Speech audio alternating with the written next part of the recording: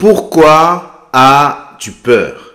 Est-ce que vous êtes, lorsque vous vous retrouvez, lorsqu'on s'est tous retrouvés dans des situations difficiles, dans des situations où on avait l'impression que tout nous échappait, que la situation elle-même nous échappait, on n'arrivait plus à contrôler quoi que ce soit, ça commence à générer un peu d'angoisse, de crainte, de peur, on n'arrive même plus à dormir parfois, tellement ces situations sont compliquées, et tellement même on voit que peut-être tout ce que tu as pris tant de temps à bâtir est en train de s'écrouler. Peut-être que c'est quelqu'un qui souffre dans ta famille, peut-être que c'est toi-même qui souffres, peut-être que tu traverses là des circonstances et tu te demandes, mais pourquoi tout cela? Et puis lorsque tu vas commencer peut-être à parler à l'un ou à l'autre de ta situation, peut-être que tu vas essayer de trouver du réconfort, l'un ou l'autre va te dire, mais pourquoi tu as peur? Ne t'inquiète pas. Et toi, dans ton esprit, tu vas te dire, mais il ne comprend pas ce que je traverse. C'est une évidence. Pourquoi j'ai peur? C'est une évidence. C'est peut-être à cause de ton fils, de ta fille, de ce qu'il est en train de traverser, de ce qu'il est en train de vivre, et ton cœur a peur. Ça peut être pour un examen, ça peut être à cause d'une pression que tu vis, qui est exercée dans ton travail. Et la question est, mais pourquoi es-tu effrayé? C'est ce qu'on pourra te dire, et tu as l'impression même d'être incompris en entendant cette question. Comment? Ne vois-tu pas l'évidence? Ne vois-tu pas l'évidence? Tu me demandes pourquoi je suis effrayé? Ne vois-tu pas ce qui se passe dans ma vie? C'est bien très souvent comme cela que nous pourrions réagir. Et cette même question, en fait, Jésus l'a posée à ses disciples. Et vous savez dans quelles circonstances Jésus a posé cette question à ses disciples? Dans la version là du français courant, la question que Jésus va poser, c'est « Pourquoi êtes-vous si effrayés ?» Dans d'autres versions, c'est « Mais pourquoi avez-vous si peur ?» Et c'est la question que je voudrais te poser. Bien sûr, lorsque je te pose cette question moi-même, le Saint-Esprit parle à mon âme. Et au fond, là, tout au fond, il dit « Mais pourquoi es-tu effrayé ?» Je voudrais vous inviter justement à ce que nous puissions voir comment réagir face à la tempête.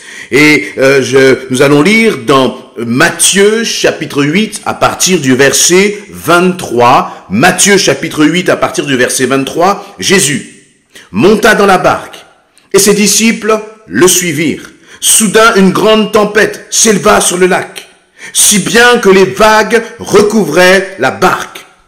Mais Jésus dormait. Les disciples s'approchèrent de lui, le réveillèrent en criant « Seigneur, sauve-nous, nous allons mourir !» Jésus leur répondit « Mais pourquoi êtes-vous si effrayés, comme votre foi est faible ?» Il se leva, parla sévèrement au vent et au lac, et il se fit un grand calme. Tous étaient stupéfaits et disaient « Mais qui est-il pour que même les vents et les flots lui obéissent? Amen. » La situation est claire. Jésus va monter dans la barque, ses disciples vont monter avec lui. Au tout départ, tout va bien. Au tout départ, tout le monde est en pleine confiance. Pourquoi? Parce que le lac est calme. La météo est calme, tranquille. Comme la météo est tranquille, les disciples sont tranquilles. De même que toi et moi, comme les circonstances sont tranquilles, nous sommes tranquilles. Comme le compte en banque va bien, tu vas bien. Comme ta famille va bien, tu vas bien, tu es dans le calme. Comme dans tes études, pour l'instant, les choses vont bien, tu es dans le calme. Et c'est un calme finalement qui est charnel, qui n'a rien de spirituel, qui est normal. Mais c'est le même type de calme que les païens vivent aussi. C'est le même type de calme que ceux qui ne connaissent pas Jésus-Christ vivent aussi. Mais en tant qu'enfant de Dieu, en tant qu'enfant du Créateur de l'univers, en tant qu'enfant du Dieu vivant, Jésus-Christ nous appelle et t'appelle à vivre le calme, à expérimenter le calme dans ta tempête. Dans ta tempête. Que se passe-t-il? Il nous est dit là au verset 24 que la tempête va s'élever. Et il y a le mot là, au verset 24, au tout début, il nous est dit soudain. Une grande tempête s'éleva. C'est comme, vous voyez, tout est tranquille à la maison et puis soudain, vous recevez un courrier du facteur avec très souvent ce courrier, c'est un courrier avec, comment dire, accusé de réception ou un recommandé, comme on dit. Il faut donc, là vous dites, ah, quand je reçois un recommandé, c'est mauvais signe. Est-ce que c'est une relance de l'huissier parce qu'il y a des factures à me payer? Tu étais calme.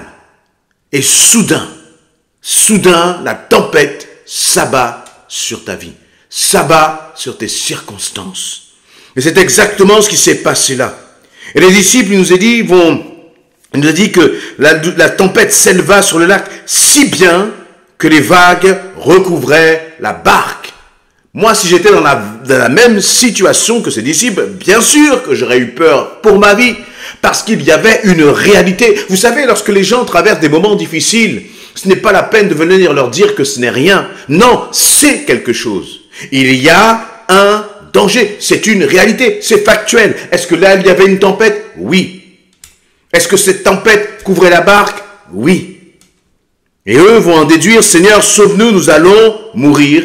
Et c'est là où justement, c'est faux. Ce n'est pas parce que la tempête recouvre ta barque que tu vas mourir.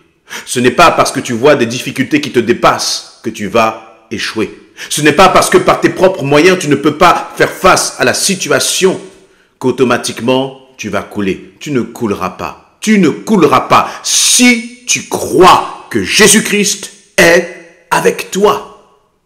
Les disciples croyaient qu'ils allaient mourir. Comment ont-ils pu croire cela alors que Jésus était à leur côté? Voyez? Et pourtant, ils voyaient Jésus de chair. Mais ça ne suffisait pas à les rassurer. Alors ils vont crier, alors ils vont réveiller Jésus, parce qu'il y avait... Le problème, ce n'est pas finalement la tempête extérieure.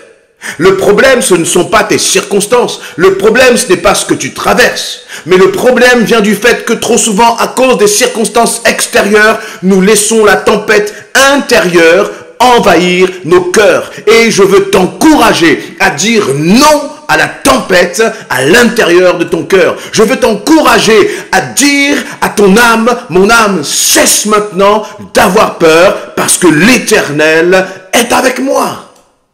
Et je crois que nous avons besoin de parler comme cela, parfois, contre nos pensées, à nos émotions, à nos sentiments. Et finalement, face à la panique des disciples, face à leurs sentiments, face à leur cœur, face à leurs émotions, Jésus va parler sévèrement. Mais avant que Jésus parle sévèrement à la tempête, il va amener les disciples à une prise de conscience. Et il va leur dire, il va leur poser une question. Jésus pose très souvent des questions. Vous voyez, Jésus ne fait pas beaucoup de morale finalement. Mais très souvent, il nous amène à réfléchir à notre attitude. Et là, mais imaginez un peu cette scène quand même. Ce n'est pas que Jésus règle la situation, fait taire la tempête, et puis une fois que la tempête est calme, qu'il commence à leur poser la question. Non! C'est au milieu de la tempête que Jésus pose des questions. C'est au milieu de la tempête que Jésus... Et pourquoi est-ce qu'il pose cette question? Au milieu de la tempête, c'est pour les aider à prendre conscience de leur manque de foi. Quelle est la question que Jésus va poser? Jésus va leur dire ceci. Les disciples s'approchèrent de lui et le réveillèrent en criant, « Seigneur, sauve-nous, nous allons mourir. » Jésus leur répondit, « Pourquoi êtes-vous si effrayés? » Laissez-moi vous dire que si Jésus pose cette question aux disciples, c'est que je peux aussi vous poser cette question. Et vous allez me dire, mais est-ce que c'est le moment, là, dans ma circonstance difficile, de me poser de ce type de questions? Oui, parce que c'est au milieu de la tempête que Jésus-Christ a décidé de poser cette question aux disciples. Et c'est au milieu de ma tempête, c'est au milieu de ta tempête que Jésus demande à notre âme, pourquoi avez-vous si peur? Si peur. Et je crois que dans le cœur de Jésus, il y a quelque chose là qui est serré. C'est le fait que s'ils ont peur, c'est parce qu'ils ne réalisent pas qui est là. Ils ne réalisent pas qui est avec eux. Ils ne réalisent pas qui est ce Jésus. Ne pas réaliser qui est ce Jésus, ne pas réaliser sa puissance, c'est manquer de foi. Et c'est pour cela que Jésus va leur dire, mais votre foi est si faible, si faible. Et pourtant, ils avaient déjà vu Jésus accomplir des miracles. Comme toi, tu as déjà vu Jésus agir dans ta vie. Alors pourquoi maintenant as-tu peur?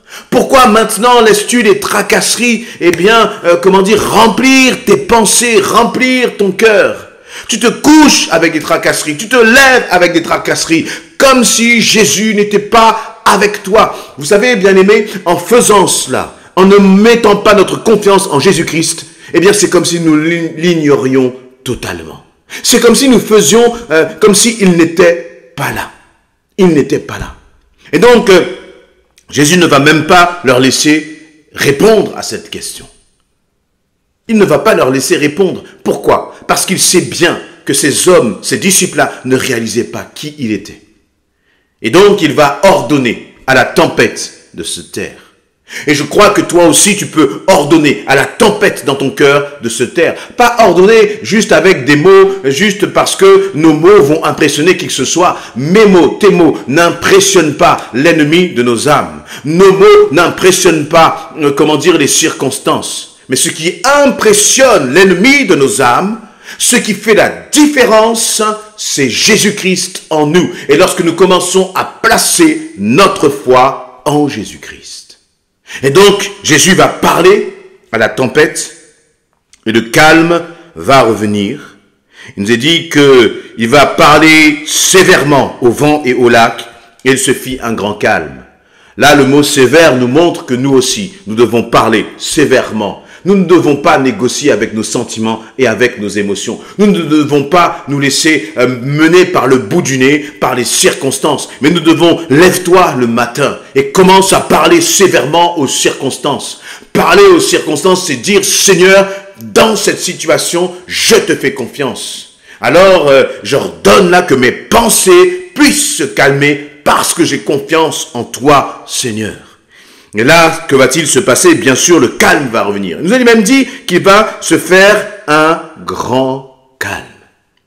Ce que je voudrais te dire, et ce que le Seigneur voudrait te dire là, c'est que il faut qu'il y ait le calme dans ton cœur. Mais remarquez une chose, c'est que Jésus dormait. C'est-à-dire que Jésus était dans le calme avant la tempête, pendant la tempête, et après la tempête. Jésus ne veut pas de toi, n'attend pas de toi que tu sois calme uniquement après la tempête, parce que là, finalement, ce serait se comporter comme ceux qui sont sans Dieu, comme ceux qui sont orphelins de Jésus-Christ.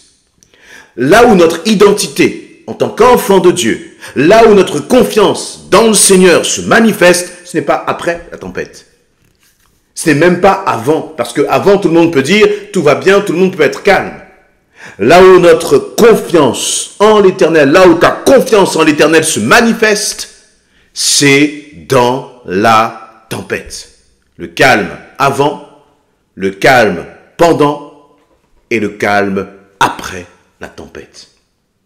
À tel point que lorsque Jésus va parler justement à la tempête, que la tempête va se taire, que le calme va revenir, et ils vont se dire, mais qui est celui-ci pour qu'il puisse parler ainsi au vent et au flot? Qui est celui-ci pour que les vents et les flots lui obéissent? Qui est celui-ci montre qu'il ne savait pas, qu'il ne réalisait pas qui était Jésus-Christ. Et on ne peut pas les blâmer, c'est normal, finalement Jésus est au début de son ministère. Mais pour toi et moi, nous croyons connaître Jésus-Christ. La réalité de notre connaissance en Jésus-Christ se manifeste justement dans la tempête. Tu as peur, mais tu as peur de quoi? Ne réalises-tu pas que celui qui est avec toi est bien plus grand, bien plus puissant, incomparable à ceux qui sont contre toi? Alors, je te pose cette même question que Jésus a posée aux disciples. Pourquoi as-tu peur?